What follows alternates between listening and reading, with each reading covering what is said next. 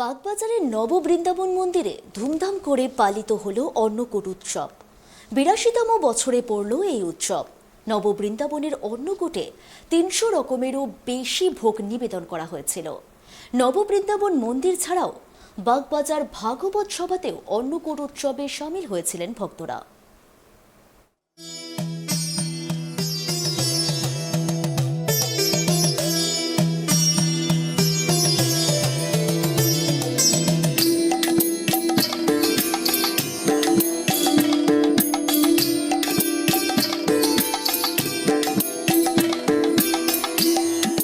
কার্তিক মাসের প্রতিপদে অর্থাৎ দীপাবলির পরের দিন অন্নকূট উৎসব পালিত হয়। ভাগবত পুরাণে যেটা রয়েছে যে দেবরাজ ইন্দ্রের ক্রোধ থেকে ব্রজবাসীকে রক্ষা করার জন্য শ্রীকৃষ্ণ তিনি 7 দিন গোবর্ধন পাহাড়কে কোড়ে আঙুলে ধরে রেখেছিলেন এবং সেই 7 দিন টানা বৃষ্টি থেকে ব্রজবাসী রক্ষা পেয়েছিলেন এবং তারপরে তারা শ্রীকৃষ্ণকে পুজো করা শুরু করেন। এই যে অন্নকূট সেটা গোবর্ধন পুজো নামেও পরিচিত।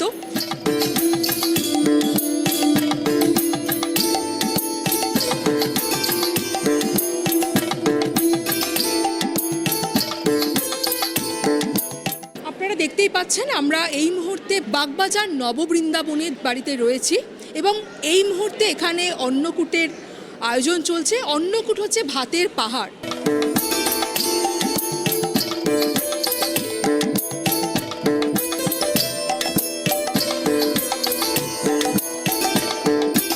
যে ভাতের পাহাড়ের ওপর শ্রীকৃষ্ণ দাঁড়িয়ে রয়েছেন, এখানে প্রায় 40 কুইন্টালের ভাত হয় এবং সেই ভাত দিয়ে পাহাড় তৈরি করা হয় এবং তার চূড়ায় শ্রীকৃষ্ণকে রাখা হয়।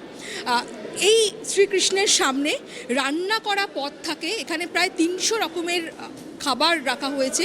সেখানে শুধুমাত্র রান্না করা পদ নয়, তার সঙ্গে ফল, মিষ্টি এবং ড্রাই ফ্রুটসও রাখা হয়েছে এবং সেই সঙ্গে কাঁচা সবজিও শ্রীকৃষ্ণকে নিবেদন করা হয়েছে।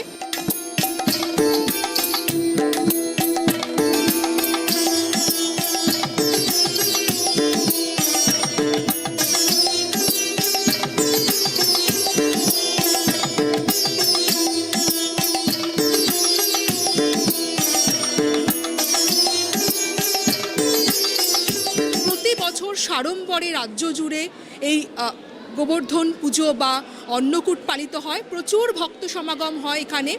ভক্তদের বিশ্বাস যে আজকের দিনে এই অন্নকূটে যদি অন্ন গ্রহণ করা যায় তাহলে সারা জীবন অন্নের কোনো টান পড়ে না, কোনো রকম অন্ন কষ্ট হয় না। এই নববৃন্দাবনে এইখানে হচ্ছে 82 বছর। হ্যাঁ, আর এর আগে আমাদের পুরনো বাড়িতে সেখানেও রাধাকৃষ্ণ ছিল, সেখানে ছোট করে অনুষ্ঠানটা হতো। ধরুন 1 মাস আগে থেকে তো একটা স্পেশাল পর্ব থাকেই, কারণ এখানে ধরুন প্রায় 40 কুইন্টাল মতো চাল ভোগ হয়, খিচুড়ি এবং অন্নভোগ। মেন তো অন্নভোগ, তার সাথে খিচুড়ি ভোগও হয়।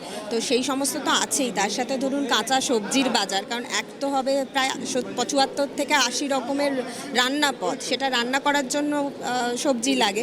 তার সাথে আবার কাঁচা সবজিও দেওয়া হয়, ঠাকুরকে উৎসর্গ করা হয় এবং তার সাথে ফল আছে, তার সাথে নানান রকম মিষ্টি। সেই মিষ্টির প্রিপারেশনও 1 মাস আগে থেকে অর্ডার দিতে হয় স্পেশালি, কারণ অত রকমের মিষ্টি তো প্রায় 60-এর কাছাকাছি, ধরুন 55 to 60 এরকম থাকে। তো সেগুলোর জন্য স্পেশালি অর্ডার দিয়ে তৈরি করা হয়, ঠাকুরের পছন্দের জিনিসও বলতে পারেন, সব রকমই।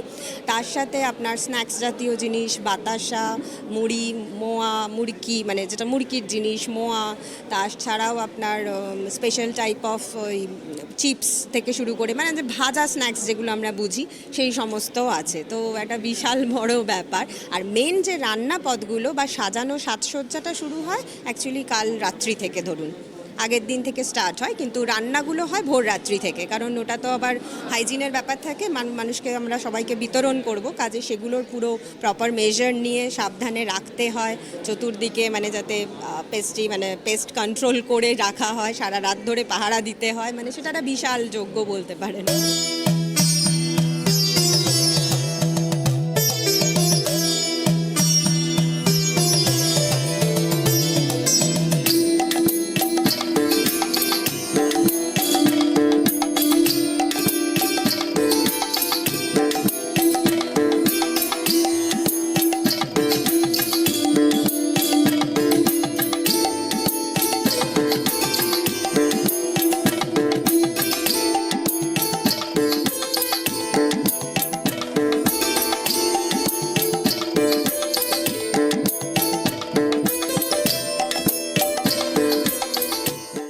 ছানার জিলিপি, লাড্ডু, নাড়ু, চমচম, অনেক রকম মানে মালপোয়া, মানে শ্রীকৃষ্ণের যা যা পছন্দ সব ধরনের মিষ্টি, রসগোল্লা তো আছেই, রাজভোগ, সব রকম বোঁদে, আপনার ক্ষীরের চপ, সব রকম ভাজা মিষ্টি, সন্দেশের মিষ্টি, মানে ছানার পিওর ছানার মিষ্টি, সব ধরনের মিষ্টি আছে, রাবড়ি, দই, মানে কমন মানে যেগুলো সচরাচর থাকে সব রকম করা হয়েছে।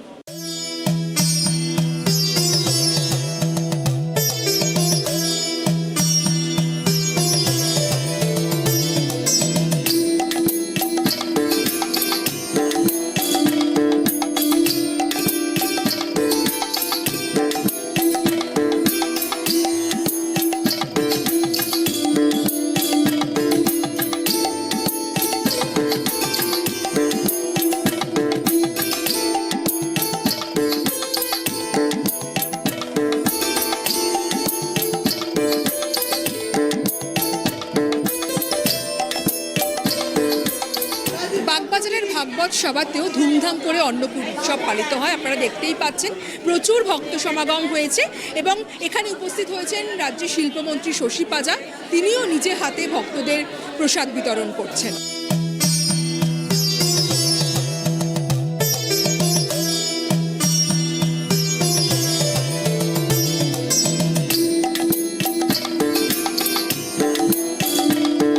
বলে অন্নকূটে প্রসাদ পেলে নাকি সারা জীবন অন্নের কষ্ট হয় না, সেই জন্যে লোকে এত অন্নকূটের প্রসাদের জন্য এত লোকের ভিড় করে আর কি, সবাই আর কি। আবার যে দিতে পারে সে তো আলোয় ভালো অন্ন দিতে পারে, পারুক না পারুক অন্তত আজকের দিনে একটু অন্ন নিলে মনে আজীবনে অন্নের কষ্ট হবে না।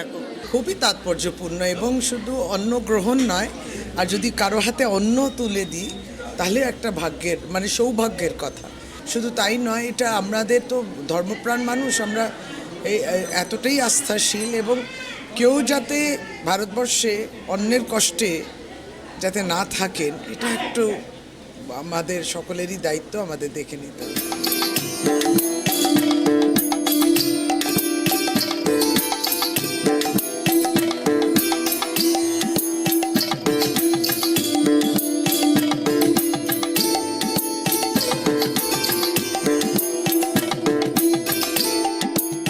ক্যামেরায় বরুণ ভান্ডারীর সঙ্গে দেবযানী সরকার, ট্রাইব টিভি, কলকাতা।